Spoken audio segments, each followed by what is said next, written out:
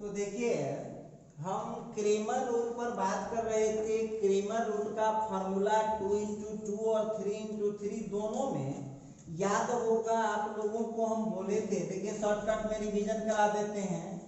x is equal to formula पढ़ाया गया था 1 बाय आपको फार्मूला इसमें क्या पढ़ाया गया था, x by delta 1 equal to y by delta 2 equal to 1 by delta. ये किसमें 2 वेरिएबल का होगा तब, और जब 3 वेरिएबल का होगा तो x by delta 1 y by delta 2 और z by delta 3 equal to 1 by delta. देखिए ये आप लोग पढ़ चुके हैं, आप लोगों को इतना पर हम लोग बात कर लिए थे।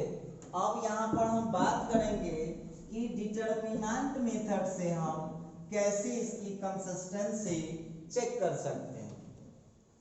तो आगे लिखिएगा स्टार लगा के,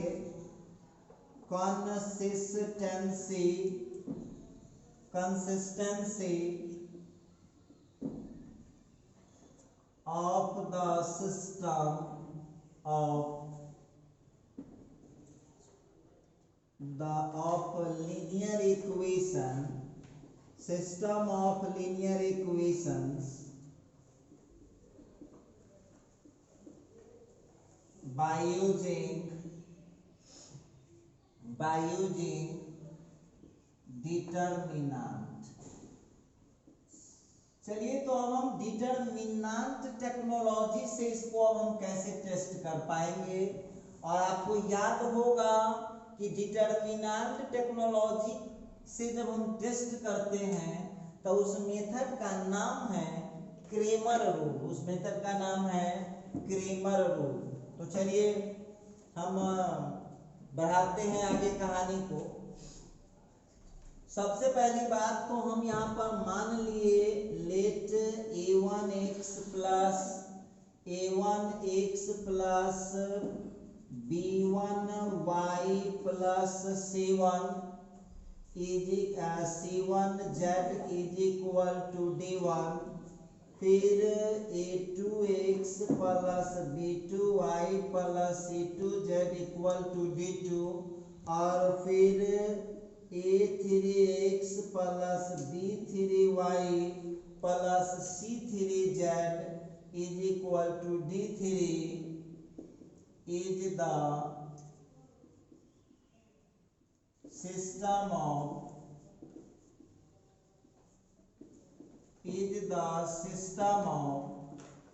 लीनियर इक्वेशंस। देखिए आप लोगों को याद होगा, आप लोगों को इसमें याद होगा कि हम लोगों को इसमें 4 डिटरमिनेंट निकालना पड़ता है। 4 डिटरमिनेंट हमको हर हाल में चाहिए। तो यहाँ पर मान लेते हैं कि सिस्टम है, तो आप लोगों को हम कल बोले थे कि डिटरमिनेंट कैसे सिलेक्ट करते हैं। बहुत आसान है। अब हो जाएगा देयरफॉर यहाँ पर डेल्टा इज इक्वल टू, चाहे मान लीजिए टेकिंग आप लिख सकते हैं यहाँ पर टेकिंग, ठीक है। अब डेल्टा क्या लेते हैं तो एक्स वाई जेड का कोफिशिएंट, तो क्या हो जाएगा a1 b1 c1 फिर a2 b2 c2 a3 b3 c3। आप सब लोगों को डिटरमिनेंट निकालना सिखाया गया है। उसी तरह से डेल्टा 1 x के लिए होता है, x को छोड़ देना है, और जिसको छोड़ते हैं उसकी जगह पर कौन टर्म आ जाता है, कांस्टेंट आ जाता है। इसके बाद b1 b2 b3 c1 c2 c3। चलिए तो डेल्टा 1 हो गया। उसी तरह से अब यहाँ पर डेल्टा 2 देख लीजिए, डेल्टा 2। तो डेल्टा 2 जो आप लोग देख रहे हैं तो ये y के लिए होता है, तो y के जगह कांस्टेंट आ जाएगा। बाकी कुछ नया नहीं करना है। तो कांस्टेंट वाला कौन होता है, ये d1 d2 d3। देखिए ये मैं बात कर रहा था, ये हो गया। और फिर यहाँ पर डेल्टा डेल्टा 3, ये 4 को निकालना है। जेड के लिए होता है, तो अब जेड के लिए कांस्टेंट आ जाएगा, तो a1 b1 c1 sorry a1, यहाँ पर आप a1 a2 कीजिए, यहाँ पर a3 कीजिए, a1 a2 a3 b1 b2 b3, और फिर यहाँ पर z के लिए डेल्टा 3 होता है, z के लिए डेल्टा 3, तो इसके जगह d1 d2 d3। चलिए इतना आपको काम करना है। सुनिए, इस सब सवाल में करना है, क्रेमर रूल के सभी क्वेश्चन में आपको करना है। इसके लिए आप लोगों को याद होगा 3 केसेस यहाँ पर एराइज हो जाएंगे। 3 केस क्या होता है, चलते हम बात करते हैं। तो चलिए अब हम बात करेंगे यहाँ पर केस 1 पर। केस 1 क्या कहता है, तो केस 1 कहता है व्हेन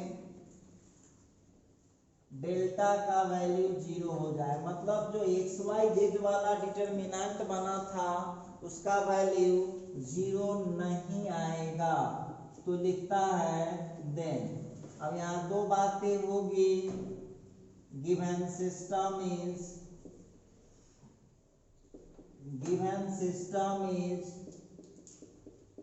कंसिस्टेंट, ठीक है।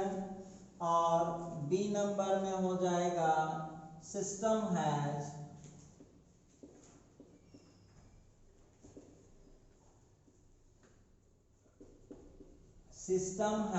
यूनिक सॉल्यूशन, सिस्टम के पास यूनिक सॉल्यूशन हो जाएगा। चलिए, तो ये बात कर रहा था मैं, जब डेल्टा मतलब जो एक्स वाई जेड वाला डिटरमिनेंट 0 नहीं आएगा तो ये हो जाएगा। केस 2 में जरा बात करता हूं, देखिएगा केस 2 क्या कहता है। केस 2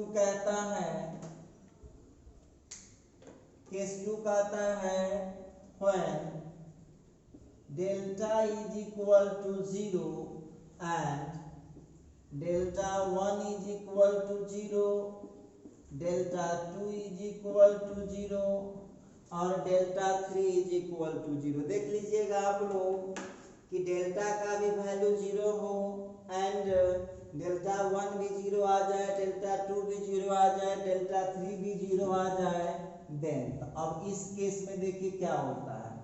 तो ये नंबर में लिखता है given system is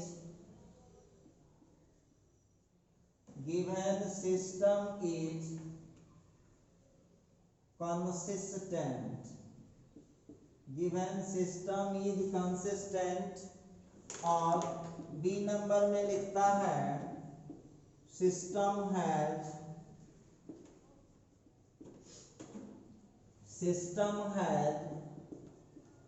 infinite solution. चलिए, तो ये हो गया केस नंबर 2। आइए जरा केस 3 पर हम बात करते हैं। तो केस 3 को हम लोग देख लें कैसे कर पाऊंगा। तो केस 3 कहता है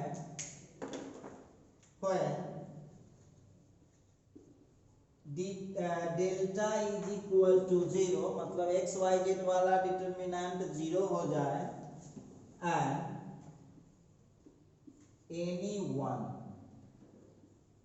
anyone out of delta 1, delta 2, delta 3 is and anyone out of इतना इतना इतना is 0। देन अब देखिए तो इस केस में क्या हो सकता है। देखिएगा, आप लोगों को हम उस दिन भी बोले थे कि कंडीशन सब आप लोगों को याद रखना पड़ेगा। तो इसमें आप देखिएगा यहाँ लिखता है गिवन सिस्टम इज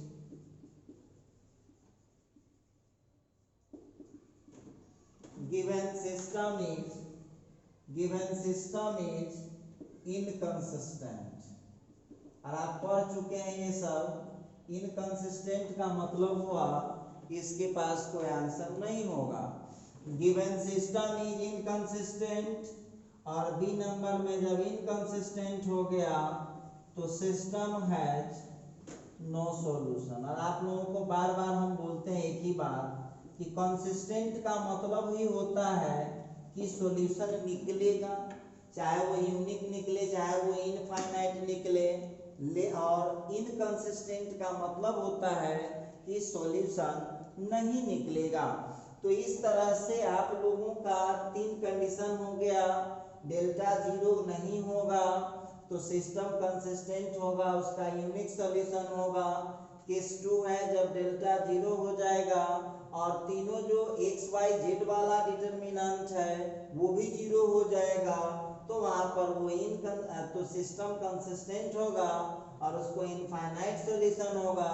केस 3 लिखता है कि डेल्टा 0 होगा और एनी वन कोई भी out of delta 1 delta 2 delta 3, delta 1 delta 2 delta 3 में से कोई भी यदि 0 न हुआ, लिखता है any one out of delta 1 delta 2 delta 3 is, यहाँ पर नन 0 ध्यान रखना होगा, यहाँ पर आपको ये थोड़ा ठीक कर लीजिए उसको, नन 0। तो नन 0 का क्या मतलब, डेल्टा 1 डेल्टा 2 डेल्टा 3 तीनों में से कोई भी यदि 0 के बराबर नहीं हुआ, लिखता है कि एनी वन कोई एक डेल्टा 1 डेल्टा 2 या डेल्टा 3 में से नन 0 निकल गया, मतलब 0 नहीं होगा, तो गिवन सिस्टम जो होगा वो इनकंसिस्टेंट होगा और सिस्टम के पास होगा नो सॉल्यूशन। उम्मीद करते हैं कि आप ये सब बातें समझ रहे होंगे। चलिए अब इस चैप्टर में आपको एक ही रंग के सवाल पूछता है। हम पहले भी बोले थे कि एक जैसा ही क्वेश्चन इसमें होता ही है, चाहे वो मैट्रिक्स मेथड से बने या चाहे वो डिटर्मिनेंट मेथड से बने। चलिए तो लिखिएगा हेडलाइन स्टार ला करके टॉपिक को बदल दीजिए आप, बहुत आसान चैप्टर है। स्टार ला करके टॉपिक को बदल दीजिए, some important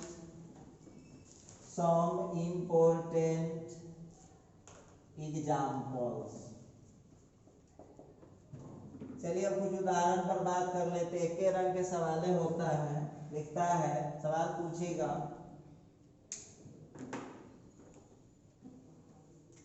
examine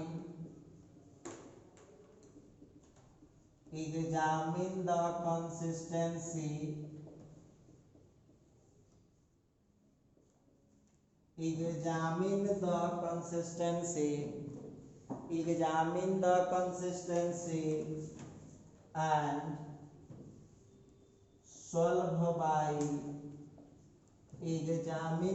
consistency and solve by matrix method, solve by Cramer's rule. देखिए यही है क्रेमर्स रूल, और क्रेमर्स रूल कह दिया तो आप समझ लीजिएगा कि इसमें आपको डिटर्मिनेंट मेथड से सॉल्व करना है। कहता है एग्जामिन द कंसिस्टेंसी भी जांचना है, एंड सोल्व, और उसको सॉल्व करना है डिटर्मिनेंट मेथड मतलब क्रेमर रूल से।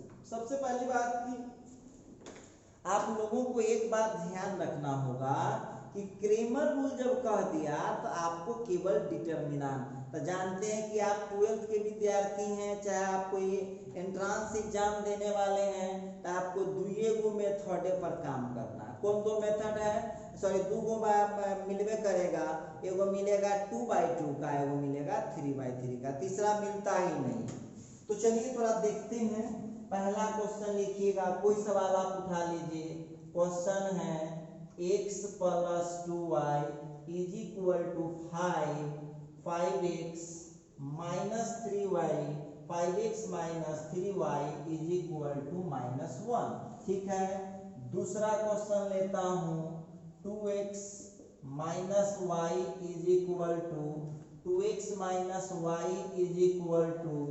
0, और फिर 3x plus 5y is equal to 8। सवाल कुछ भी हो सकता है, हम क्या बोले, हम कुछ नहीं बता सकते अभी। अच्छा, फिर हम तीसरा क्वेश्चन उठाते हैं। क्वेश्चन हम लोगों को देगा 2x plus 3y is equal to 1 और फिर देगा 6x plus 9y is equal to 3। चलिए हम ऐसे ही एक झलक आपको दिखा देते हैं, आपको सब आ रहा है, हमारे हेल्प की जरूरत ही आपको नहीं है सवाल में। अच्छा, इसके बाद चौथे नंबर पर आता है, हम सवाल लेते हैं जैसे x plus y is equal to -5, 2x plus 2y is equal to 7। आइए, ये भी सवाल है। उसी तरह से क्वेश्चन नंबर 5 लेते हैं।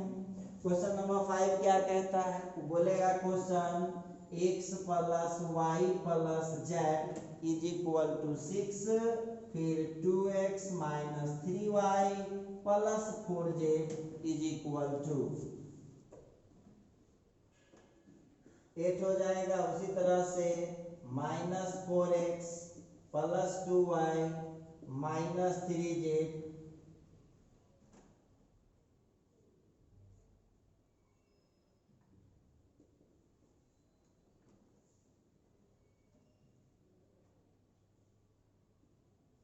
-9। देखिए, अब इस तरह से आप लोगों को सॉल्व करना है, अपने से सॉल्व करना है। हम कहीं रहे उसे क्या फर्क पड़ता है आपको, x plus 2y minus z equal to 1, 2x plus 4y, 2x plus 4y minus 3z is equal to -7। उसी कुछ भी हम ले लेंगे, क्या कुछ नहीं फर्क पड़ता है। उसी तरह से 3x plus 6y plus 5z is equal to 9। अब आप लोगों को इस क्वेश्चन को सॉल्व करना है, क्रेमर रूल से सॉल्व करना है, और क्रेमर रूल से सॉल्व भी करना है और उसकी कंसिस्टेंसी भी जांचनी है। तो चलिए, जैसे 2 इंटू 2 बनेगा, सेम टू सेम 3 इंटू 3 बनेगा। आप लोगों में से जिन जिन बच्चों को डिटर्मिनेंट का वैल्यू निकालने में दिक्कत होगा, सुनिए जो हम बात कर रहे हैं गौर कीजिएगा, जिस बच्चा को डिटर्मिनेंट का वैल्यू निकालने में दिक्कत होगा तो यूट्यूब पर या हमारे ऐप पर देखिएगा, एक हम पढ़ाए होंगे शॉर्ट रिव्यू ऑफ डिटर्मिनेंट, उस क्लास को आप देख लीजिएगा, तो सारी बीमारी आपकी दूर कर दी जाएगी, इसमें देख लीजिएगा, ठीक है। वैसे हम तो बताने का यहाँ कष्ट कर ही रहे हैं। तो आइए हम सॉल्व करते हैं, देखते हैं कैसे सॉल्व होगा क्वेश्चन। चलिए सॉल्यूशन करते हैं। पहला क्वेश्चन का सॉल्यूशन कर रहे हैं, तो क्या दिया हुआ है, एक क्वेश्चन बस आप लोग समझ लीजिए, बहुत आसान है। रुक जाइए, अब सब लोग अब लिखना बंद कीजिए, एक सवाल समझ लीजिए, हमको ढूंढने की जरूरत भी आपको नहीं पड़ेगा, आप अपने से बना दीजिएगा। तो चलिए पहला जो क्वेश्चन है उसको हम लोग उतार लेते हैं।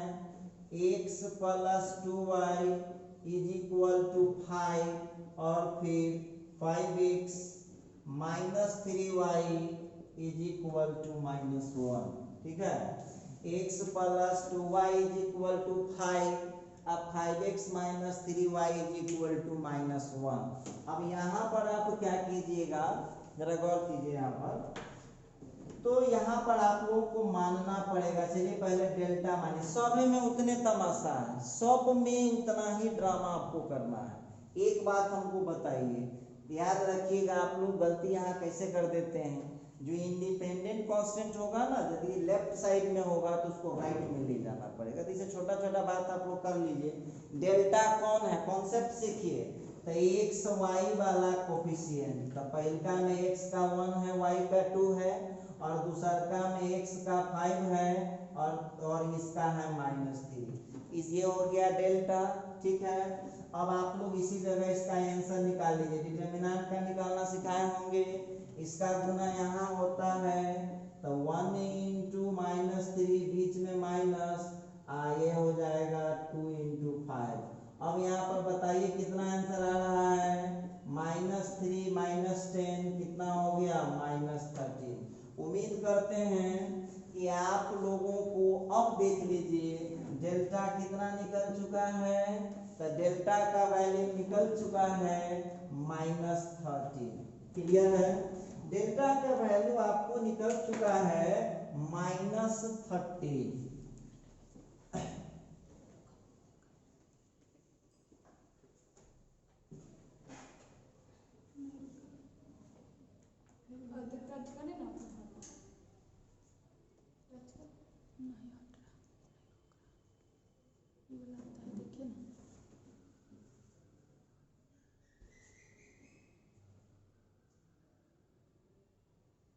अच्छा, डिवाइस ओवर हीटेड। अच्छा अच्छा,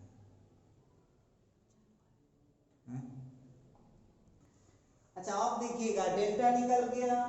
उसी तरह से आपको करना क्या है, आपको निकालना है सिमिलरली डेल्टा वन। अब छोटा छोटा बात आपको ध्यान रखना है। डेल्टा वन किसके लिए निकलता है, तो एक्स के लिए। डेल्टा वन निकलता है एक्स के लिए, आपको याद है ना, जिसके लिए निकालते हैं उसके जगह कांस्टेंट आता है, देख लीजिए। तो एक्स के जगह पर आ जाएगा कांस्टेंट वाला कोफिशिएंट, y को जस का तस रखिए। अब इसका आंसर निकाल लीजिए, -15 माइनस डाल के -2, अब हो गया -15 +2, तो अब हो गया -13। ये निकल गया डेल्टा वन। चलिए एक्स के लिए कर लिया। अच्छा, उसी तरह से आप लोगों को करना होगा डेल्टा टू। डेल्टा टू किसके लिए होता है, y के लिए। तो y के लिए कांस्टेंट ले आइए। तो y के लिए कांस्टेंट कौन है, x को कुछ नहीं करेंगे तो 15 हो गया। और y के लिए जो यहाँ कांस्टेंट है वो आ जाएगा 5 - 1। घबराइएगा नहीं, 1 × -1 करेंगे तो -1, बीच में माइनस का साइन। अब 5 × 5 करेंगे तो 25। कितना हो गया, तो यहां से आप लोगों को डेल्टा टू का वैल्यू निकल गया। डेल्टा का वैल्यू निकल गया। अब आपको सबसे पहले तो कंसिस्टेंसी चेक करना है। क्या देख रहे हैं आप यहाँ पर, डेल्टा का वैल्यू 0 नहीं आया है। डेल्टा का वैल्यू कितना आया हुआ है, -13 आया हुआ है। तो आप यहाँ पर कह सकते हैं देयरफॉर गिवन सिस्टम इज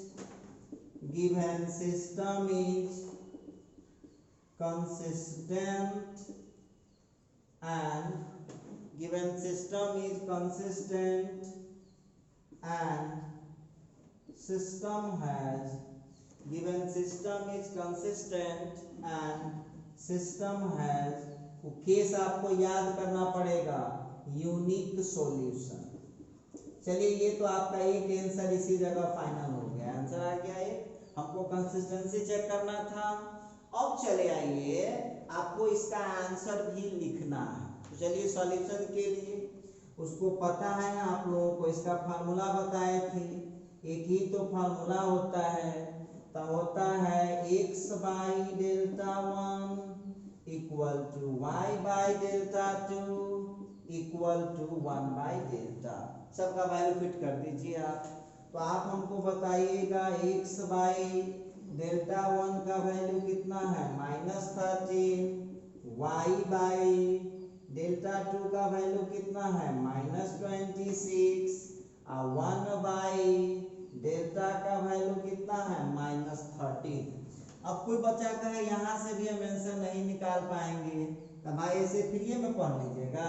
अब ये सीधा यहाँ क्रॉस वाइज गुना होकर ले जाइए, तो x = और उससे भी कम जो है तो चलिए एक स्टेप बढ़ा देते हैं, x/-13 = 1/-13 और y/-26 = 1/-13।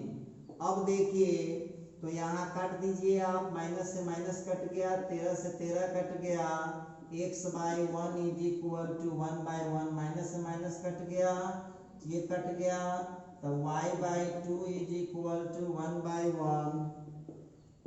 तो x का वैल्यू 1 आ गया, y का वैल्यू 2 आ गया। अब किसी विद्यार्थी को ये शक हो या कोई महानुभाव है जिनको लगे कि गलत है क्रेमर रूल से, तो जो x का मान 1 और y का वैल्यू 2 लाए हैं आप, जो पहला क्वेश्चन है उस दोनों में फिट कीजिएगा, उसको सेटिस्फाइड कर जाएगा तो समझ लीजिएगा कि बिल्कुल सही बना रहे हैं आप। सेटिस्फाइड नहीं करेगा तो समझ लीजिएगा गलत बना रहे हैं आप। दूसरा क्वेश्चन जो है ये आपका HW रहेगा, आपको सॉल्व करना है, हम सॉल्व नहीं करेंगे। हम अब बात करते हैं तीसरे क्वेश्चन पर। आइए जरा बात करते हैं तीसरे क्वेश्चन पर। क्या दिए हुआ है? वी हैव, हमारे पास है 2x plus 3y is equal to 1 और फिर है 6x plus 9y is equal to 3। तो घबराना नहीं है, आप हमको बताइएगा यहाँ पर हियर डेल्टा कितना लीजिएगा। डेल्टा देखिए, याद कॉन्सेप्ट समझना है। डेल्टा कौन है? एक्स वाई का कोफिशिएंट लीजिए, तो x का कोफिशिएंट 2, y का 3, x का 6, y का 9। इसका आंसर निकाल लीजिए और बुलाइएगा ना। तो 2 इंटू 9 18 हो गया, माइनस 6 इंटू 3 18 हो गया, 18 माइनस 18। ये चलिए पहला इक्वेशन होगा, बाद में फैसला हम लोग करते हैं। देखिए डिसीजन तो हम लोगों को करना ही पड़ेगा। डेल्टा का जो आंसर है वो हम लोगों को इस बार 0 आ चुका है। चलिए तो अब हम यहाँ पर बात करेंगे, डेल्टा निकाल लिए आप लोग। अब यहाँ क्या कीजिए, आप उसी तरह से निकाल लीजिए डेल्टा 1। आइए तो डेल्टा 1, देखिए बार बार एक ही बात नहीं ना बताया जाएगा। डेल्टा 1 किसके लिए होता है? x के लिए। तो कांस्टेंट जो है x के जगह पर आ जाएगा। कांस्टेंट कौन है? 1 3, x के जगह आ गया, y को जस का तस रख दी। चलिए निकालिए आप लोग, तो ये हो जाएगा 9 माइनस 9 0 आ गया। लीजिए डेल्टा 1, ये दूसरा, ठीक है। ऑल्सो एक और हम लोगों को निकालना पड़ेगा डेल्टा 2। ध्यान दीजिएगा, तो डेल्टा 2 किसके लिए होता है? y के लिए। तो चलिए x को पहले उतार दीजिए और y के जगह कौन आ जाएगा? कांस्टेंट वाला आ जाएगा। निकाल के चेक कर लीजिए आप लोग, तो हो गया 6 माइनस 6 0। डेल्टा 2 भी आपको 0 आ गया। क्लियर, समझ में आ रहा होगा? अच्छा चलिए अब हम लोग यहाँ पर देखते हैं, since delta is equal to 0 आया है एंड डेल्टा 1 का भी वैल्यू 0 आ चुका है और डेल्टा 2 का भी वैल्यू 0 आ चुका है, तो हम कह सकते हैं देयरफॉर गिवन, और याद करना पड़ेगा condition, given system is consistent, given system is consistent and system has infinite solution। और आप लोग एक बात बताइए, क्या आप लोगों को इनफाइनाइट सॉल्यूशन निकालने का तरीका कल भी बताए थे कि इनफाइनाइट सॉल्यूशन जब भी निकालते हैं तो XYZ में से किसी को कांस्टेंट मानना पड़ता है। तो कल के वीडियो में आप लोग देखे होंगे, हम बोले थे कि जो XY यदि होगा तब y बराबर कांस्टेंट मान लेते हैं, और यदि 3 वेरिएबल का होगा तो XYZ बराबर में से Z को K मान लेंगे और फिर 10th वाले टीचर के हिसाब से इसको अब हम सॉल्व करेंगे। अब देखिए हमारे पास क्या है, तो 2x plus 3y is equal to 1 है। इसको हम लोग चौथा इक्वेशन मान लें, और फिर है 6x plus 9y is equal to 3। अब डालिए y के जगह पर k डाल दीजिए, x अपने निकल जाएगा। तो लीजिए फ्रॉम 4, अब 4 में आते हैं, y के जगह k डाल दीजिए, तो 2 इंटू एक्स प्लस वाई के जगह k डाल दिए इक्वल टू 1। वहां से 2x is equal to 1 minus 3k हो गया, x is equal to 1 minus 3k/2। तो अब यहाँ से आप लोगों को x का आंसर आ चुका है 1 माइनस 3k/2 और y का। देखिए ये इनफाइनाइट सॉल्यूशन क्यों हो जाएगा? ये इनफाइनाइट सॉल्यूशन इसलिए कहलाएगा कि यहाँ पर x भी कांस्टेंट है और y भी कांस्टेंट के टर्म में है, और इस दुनिया में कितना कांस्टेंट है ये किसी को पता नहीं। तो इसका दो जगह आंसर हमको लिखना पड़ेगा। एक आंसर यहाँ हो गया कंसिस्टेंसी का और एक आंसर यहाँ सॉल्यूशन का। बहुत विद्यार्थी कह सकता है कि सर इक्वेशन 5 का तो आपने यूज ही नहीं किया, तो आप 5 में भी डालेंगे तो इतने आंसर आएगा। आप ट्राई करके देख सकते हैं, खुद देख लीजिए, हमारी बात को छोड़ दीजिए। चलिए तो ये था, एक और एग्जांपल हम लेंगे। चलिए तो आप जरा ध्यान दीजिएगा यहाँ पर। अब आप लोगों को फिर वह चाल चलन पकड़ना है, तो सब चाले न पकड़ना है। मान लेते हैं डेल्टा, बोलिए डेल्टा कौन लेते हैं? एक्स वाई का कोफिशिएंट, x का 1 है, y का 1, यहाँ x का 2। निकालिए आंसर, निकालिए, उलबुल मत कीजिएगा। 2 माइनस 2 कितना हो गया? 0 हो गया। चलिए वो तो निकाल लिया आपने। अच्छा अब यहाँ पर निकालेंगे सिमिलरली, उसी प्रकार से डेल्टा 1 का देख लीजिए। तो डेल्टा 1 किसके लिए होता है? x के लिए। तो जिसके लिए लेते हैं उसकी जगह कांस्टेंट आ जाता है। तो -5 7 आ गया। y का कितना है? 1 2। निकाल लीजिए, देखिए कितना रिजल्ट दिया आपको। तो ये हो गया है आप लोगों का -10 और -7, तो -17। ठीक है, डेल्टा 1 का निकल चुका है। उसी तरह से हम बात करेंगे डेल्टा 2 पर। जरा ध्यान दीजिएगा, डेल्टा 2 कैसे लिख पाएंगे आप?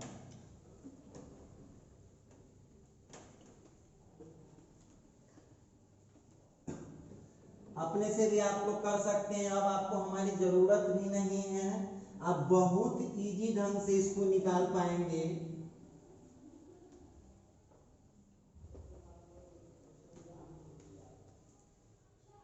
डेल्टा 1 निकल गया है। अब देखते हैं अल्सो, अब वहां पर डेल्टा 2 देखते हैं। डेल्टा 2 किसके लिए होता है? y के लिए। तो x का उतार लीजिएगा, अब y की जगह आ गया कांस्टेंट। निकालिए इसको। अब यहाँ पर आप ही लोग देखिए, मेरी बात को छोड़िए ना, मेरे बातें को छोड़ दीजिए आप। तो यहाँ पर हो जाएगा हम लोगों का 7 माइनस माइनस प्लस 10, तो हो गया 17 डेल्टा 2। अब यहाँ पर आप क्या देख रहे हैं? जरा गौर कीजिएगा, ये तीसरा हो।